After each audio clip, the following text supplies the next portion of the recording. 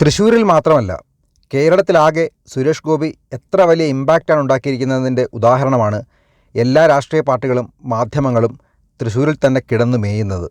കരുവന്നൂരിലെ സുരേഷ് ഗോപിയുടെ പദയാത്രയും മകളുടെ കല്യാണവും മാതാവിൻ്റെ കിരീടവും തുടങ്ങി പല വിവാദങ്ങൾക്കും തുടർച്ചയായി ഇപ്പോൾ ഏറ്റവും പുതിയതാണല്ലോ നിങ്ങളിങ്ങനെയാണെങ്കിൽ ഞാനീ കളിക്കില്ല, ഞാൻ തിരുവനന്തപുരത്തേക്ക് പോവുകയാണ് എന്നുള്ള വൈറൽ വീഡിയോ. നിങ്ങൾ എനിക്ക് വോട്ട് മേടിച്ചു തരാനാണെങ്കിൽ വോട്ട് ചെയ്യുന്ന പൗരനോട് ഉണ്ടാകണ്ടേ? അതിനെന്നെ സഹായിച്ചില്ലെങ്കിൽ നാളെ ഞാൻ ട്രിവാൻഡ്രത്തേക്ക് ഞാൻ അവിടെ പോയി രാജീവ് ചന്ദ്രശേഖരന് പ്രവർത്തിച്ചോളാം. ഇങ്ങനെയാണെങ്കിൽ ഞാൻ കളിക്കല്ല, ഞാൻ നേരെ ചിറാപുഞ്ചിയിൽ പോയി മണം വിൽക്കാൻ പോണു. സത്യത്തിൽ ഈ വീഡിയോ വെച്ച് സുരേഷ് ഗോപി പരിഹസിക്കുന്നവർ അറിയാതെ പോകുന്ന ഒരു കാര്യം, ഈ വീഡിയോ പ്രചരിപ്പിച്ചത് തന്നെ സുരേഷ് ഗോപിയുടെ ടീമായിരിക്കണം. ഇത് ഷൂട്ട് ചെയ്യുന്നുണ്ട് എന്നറിഞ്ഞുകൊണ്ട് തന്നെയാണ് സുരേഷ് ഗോപി അങ്ങനെ സംസാരിച്ചത്. വളരെ പരിചയസമ്പന്നനായ ഒരു സിനിമാ നടൻ എന്ന നിലയിൽ ക്യാമറ അറിയാതെയല്ലല്ലോ അദ്ദേഹം സംസാരിക്കുക.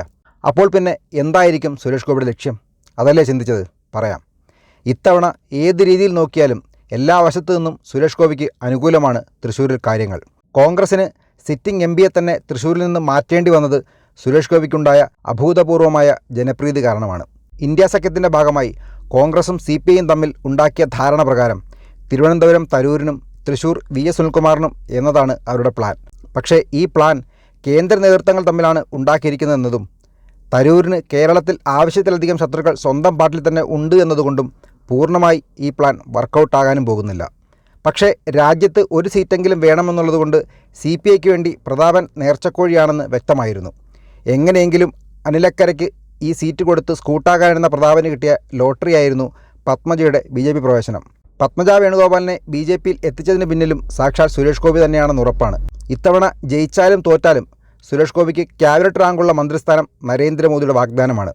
പക്ഷേ അത് ജയിച്ച് തന്നെ നേടണമെന്നാണ് സുരേഷ് ഗോപിയുടെ വാശി. പ്രതാപനും പത്മജയും തമ്മിലുള്ള പ്രശ്നം കൊണ്ട് തന്നെയാണ് പത്മജ പാർട്ടി വിട്ടുപോയത്.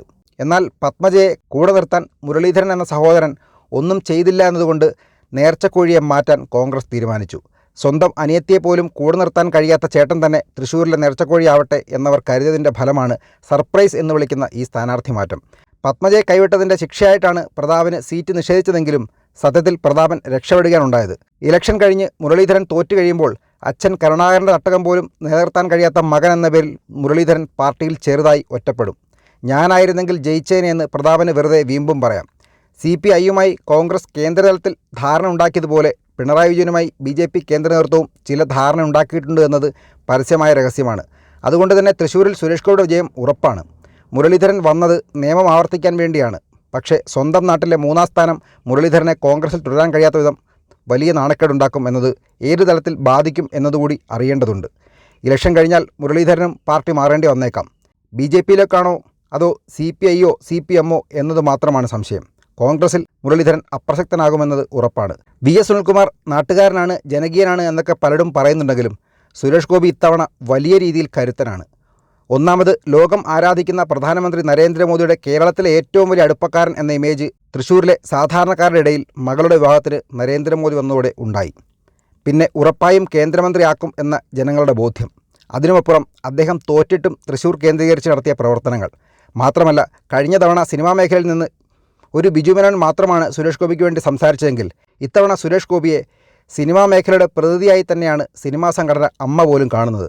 അതുകൊണ്ട് തന്നെ സുരേഷ് ഗോപിക്ക് അനുകൂലമായി സംസാരിക്കാൻ സിനിമാ മേഖലയിൽ നിന്ന് എത്ര പേർ വരുമെന്ന് അറിയില്ലെങ്കിലും സുരേഷ് ഗോപിക്ക് എതിരെ സംസാരിക്കാൻ ഒരാളും ഇത്തവണ തൃശ്ശൂരിലേക്ക് സിനിമാ മേഖലയിൽ നിന്ന് വരില്ല, അതുറപ്പാണ്. ക്രിസ്ത്യൻ സഭകൾക്ക് സ്വാധീനമുള്ള തൃശ്ശൂരിൽ ഇത്തവണ കേന്ദ്രമന്ത്രിയാകും എന്നുറപ്പുള്ള സുരേഷ് ഗോപിക്കെതിരെ പരസ്യമായ ഒരു നിലപാട് ഒരു സഭയും എടുക്കില്ല. കാരണം ജയിച്ചാലും തോറ്റാലും കേന്ദ്രമന്ത്രിയാകാൻ പോകുന്ന സുരേഷ് ഗോപിയെ കൊണ്ട് പല കാര്യസാധ്യവും അവർക്കുണ്ട് എന്നത് തന്നെ. പക്ഷേ അതുകൊണ്ട് സഭയുടെ വോട്ട് പൂർണ്ണമായും സുരേഷ് ഗോപിക്ക് കിട്ടുമെന്നും കരുതേണ്ട. അവരുടെ ഭൂരിഭാഗം വോട്ടുകളും ഇന്ത്യ മുന്നണിയുടെ സ്ഥാനാർത്ഥിക്ക് തന്നെയാവും പോവുക. പക്ഷേ അവരിൽ തന്നെയും ചെറിയൊരു ഭാഗം സുരേഷ് ഗോപിക്ക് ലഭിക്കും.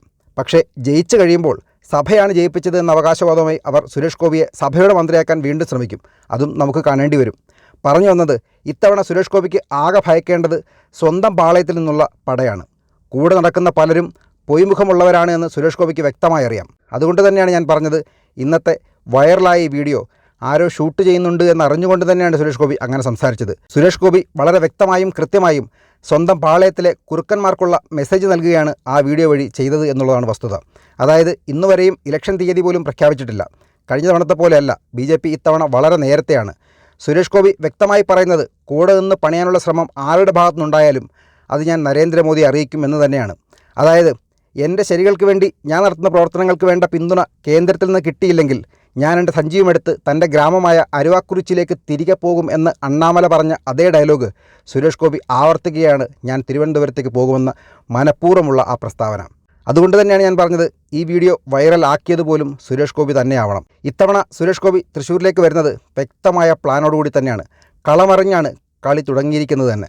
കൂടെ നിന്ന് പണിയാൻ ശ്രമിക്കുന്നവർക്കുള്ള കൃത്യമായ മെസ്സേജാണ് സുരേഷ് ഗോപി ഈ വീഡിയോ വഴി നൽകിയിരിക്കുന്നത്. കാരണം സുരേഷ് ഗോപി നരേന്ദ്രമോദിയുടെ സ്ഥാനാർത്ഥിയാണ്. അദ്ദേഹത്തെ തോൽപ്പിക്കാൻ ആരൊക്കെ ശ്രമിച്ചാലും അവർ പാർട്ടിയിൽ നിന്ന് തന്നെ പുറത്താക്കപ്പെടും. അത്തരത്തിലുള്ള വ്യക്തമായ സന്ദേശമാണ് അദ്ദേഹം നൽകുന്നത്. താൻ എത്തുന്നിടത്ത് ആളുകൾ കൂടിയിരിക്കണം, തനിക്ക് വേണ്ടി ആളുകൾ വോട്ട് ചെയ്തിരിക്കണം, അതിനുള്ള പ്രവർത്തനം താഴെത്തട്ടിൽ ഓരോ ബൂത്തിലും ഉണ്ടായിരിക്കണം. അതിൻ്റെ ഉത്തരവാദിത്തം തൃശ്ശൂർ ജില്ലാ നേതൃത്വത്തിനും തൃശ്ശൂർ മണ്ഡല നേതൃത്വത്തിനും സംസ്ഥാന നേതൃത്വത്തിനും ഉണ്ട് എന്ന് വ്യക്തമാക്കുകയാണ് സുരേഷ് ഗോപി ഈ വീഡിയോയിൽ പറഞ്ഞ വാക്കുകളിലൂടെ. അബദ്ധത്തിൽ സംഭവിച്ചതോ വെറുതെ വാവിട്ട് പോയ വാക്കോ അല്ല, അളന്ന് കുറിച്ച് തന്നെയാണ് സുരേഷ് ഗോപി ഇത്തവണ ഓരോ വാക്കുകളും പ്രയോഗിക്കുന്നത്. അത് എതിർപക്ഷത്തിന് നേരെയാണെങ്കിലും സ്വന്തം പക്ഷത്ത് നിന്ന് ചതിക്കാൻ ശ്രമിക്കുന്ന പൊയ്മുഖമുള്ളവരോടാണെങ്കിലും. കണ്ടറിയണം കോശി ഇനി എന്താണ് തൃശ്ശൂരിൽ സംഭവിക്കാൻ പോകുന്നതെന്ന്. തൃശ്ശൂർ ബോക്സ് ഓഫീസ് ഇത്തവണ സുരേഷ് അണ്ണൻ തൂക്കി മക്കളെ, അതിൽ സംശയമേ വേണ്ട.